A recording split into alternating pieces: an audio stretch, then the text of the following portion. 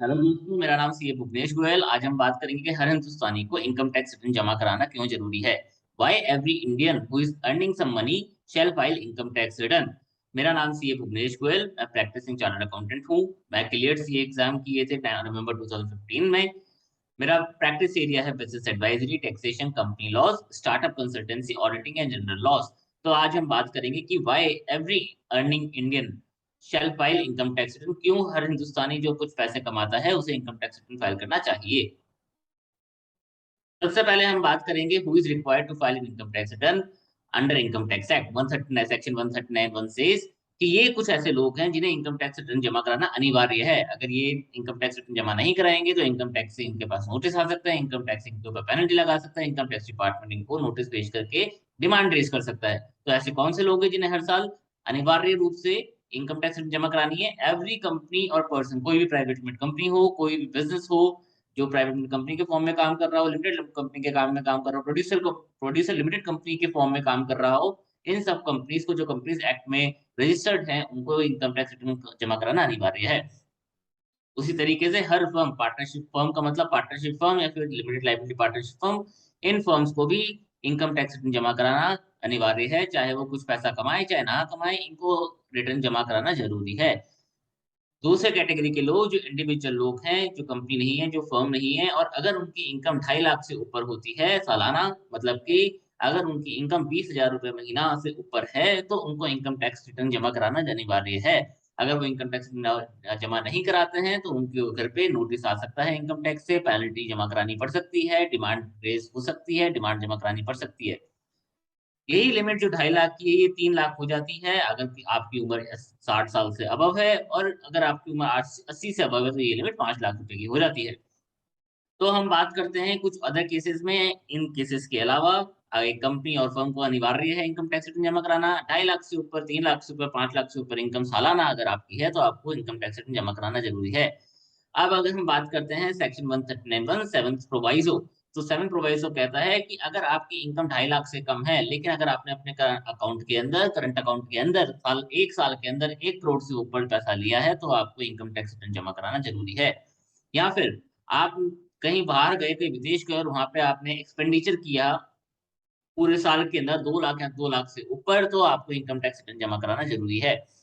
या फिर अगर आपने इलेक्ट्रिसिटी का कंजम्पशन किया है 1 साल के अंदर, उसका इलेक्ट्रिसिटी का जो बिल आता है वो आपका 1 लाख रुपए से ज्यादा का है एक पर्टिकुलर प्रीवियस ईयर में, तो आपको इनकम टैक्स रिटर्न जमा कराना जरूरी है। Any such conditions as may be prescribed by the income tax department। तो इन सारे केसेस के अंदर आपको इनकम टैक्स जमा कराना अनिवार्य है। तो इनकम टैक्स रिटर्न की हम पहले डेट देख लेते हैं, कौन कौन सी डेट्स होती हैं।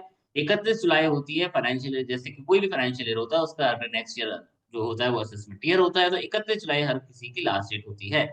इन दीज फॉलोइंग केसेस, अगर आप कोई भी बिजनेस, सिंपली अगर आप कोई भी बिजनेस नहीं करते हैं, आप एक सैलरीड एम्प्लॉय हैं, आपको कोई कैपिटल गेन की इनकम होती है, आपको रेंटल इनकम आती है, आपको एफडी का इंटरेस्ट आता है, सीवी का इंटरेस्ट आता है, तो आपके लिए 31 जुलाई की लास्ट डेट रहती है।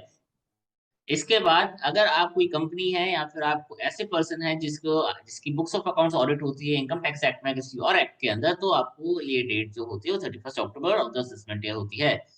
इन केस अगर कोई आपका ऐसा कोई केस है कि आपको सेक्शन 92 ई के अंदर आपको रिपोर्टमेंट बाय एन अकाउंटेंट चाहिए होती है, आपने कोई इंटरनेशनल ट्रांजैक्शन किया हुआ है, आपने कोई स्पेसिफिक डोमेस्टिक ट्रांजैक्शन किया, तो उस केस के अंदर आपकी डेट 30 नवंबर होती है इनकम टैक्स रिटर्न फाइल जमा कराने की। 31 दिसंबर ऑफ द ईयर, अगर सपोज आपने यहाँ पे इनकम टैक्स रिटर्न आप 31 जुलाई या 31 अक्टूबर, 30 नवंबर तक आप इनकम टैक्स रिटर्न जमा नहीं करा पाए हो, तो आप 31 दिसंबर तक भी अपनी इनकम टैक्स रिटर्न जमा करा सकते हो 139(4) के अंदर, बिलेटेड रिटर्न के अंदर। सेक्शन 139(5) आपको कहता है कि आप 31 दिसंबर तक अगर आपने ये इनकम टैक्स रिटर्न जमा कराते टाइम कोई गलती कर दी और आपकी आईटीआर जो फाइल हुई है उसमें कोई गलती है, तो आप उसको करेक्ट कर सकते हो, उसको रिवाइज कर सकते हो 31 दिसंबर तक, 31 December of the assessment year. अब हम बात करते हैं कुछ कुछ बेनिफिट्स की। तो बात हो गई कि उन ये ऐसे ऐसे लोग हो गए जिनको इनकम टैक्स रिटर्न जमा कराना अनिवार्य है, नहीं जमा कराएंगे तो नोटिस आएगा इनकम टैक्स का, पेनल्टीज लगेंगी और टैक्स डिमांड निकलेगी। कोई कंपनी, कोई फर्म, अगर आपकी इनकम 2.5 लाख से ऊपर है, 3 लाख से ऊपर है, 5 लाख से ऊपर है, और अगर आपने 1 करोड़ से ऊपर अपने किसी भी करंट अकाउंट में पैसा जमा कराया है, या फिर आपने 2 लाख से ऊपर कोई खर्चा किया है फॉरेन करेंसी के अंदर, या फिर आपने 1 लाख से ऊपर आपका बिजली का बिल आया है सालाना, तो आपको इनकम टैक्स रिटर्न जमा कराना जरूरी होती है। These are the dates. अब आपका बात करते हैं वॉलंटरली। अगर सपोज आपकी इनकम 2.5 लाख से कम है तो आपको इनकम टैक्स, तब भी आपको इनकम टैक्स रिटर्न जमा कराना चाहिए, वॉलंटरीली कराना चाहिए। इनकम टैक्स डिपार्टमेंट नहीं बोलता है कि आपको इनकम टैक्स रिटर्न जमा करानी है, लेकिन आपको जमा करानी चाहिए। उसके कुछ कुछ बेनिफिट्स हैं।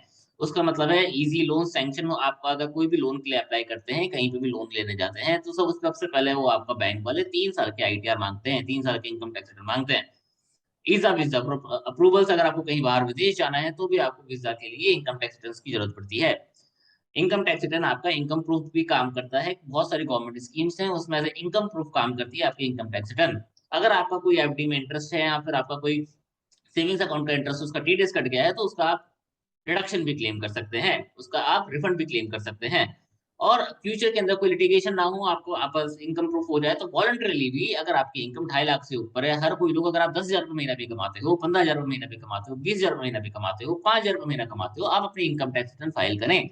इनकम टैक्स रिटर्न फाइल करना बहुत जरूरी है। अगर इवन इफ आपकी इनकम 2.5 लाख से कम है, तो 2.5 लाख से अगर आपके ऊपर इनकम है इंडिविजुअल के केस के अंदर, तो उस केस में तो आपको इनकम टैक्स रिटर्न जमा करवानी ही करवानी है। अब हम बात करते हैं सर्टेन इंपॉर्टेंट प्रिकॉशंस। अगर आपकी इनकम 2.5 लाख से कम है या 2.5 लाख से ऊपर है, तो आपको जमा करानी ही करानी है। 2.5 लाख से कम है तो भी आप इनकम टैक्स रिटर्न अपनी जमा कराएं।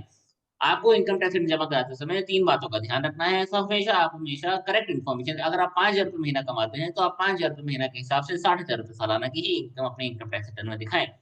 अगर आप 10,000 रुपए महीना कमाते हैं, तो आप 1,20,000 रुपए सालाना इनकम के हिसाब से 1,20,000 रुपए दिखाएं। ना कम दिखाएं, ना ज्यादा दिखाएं।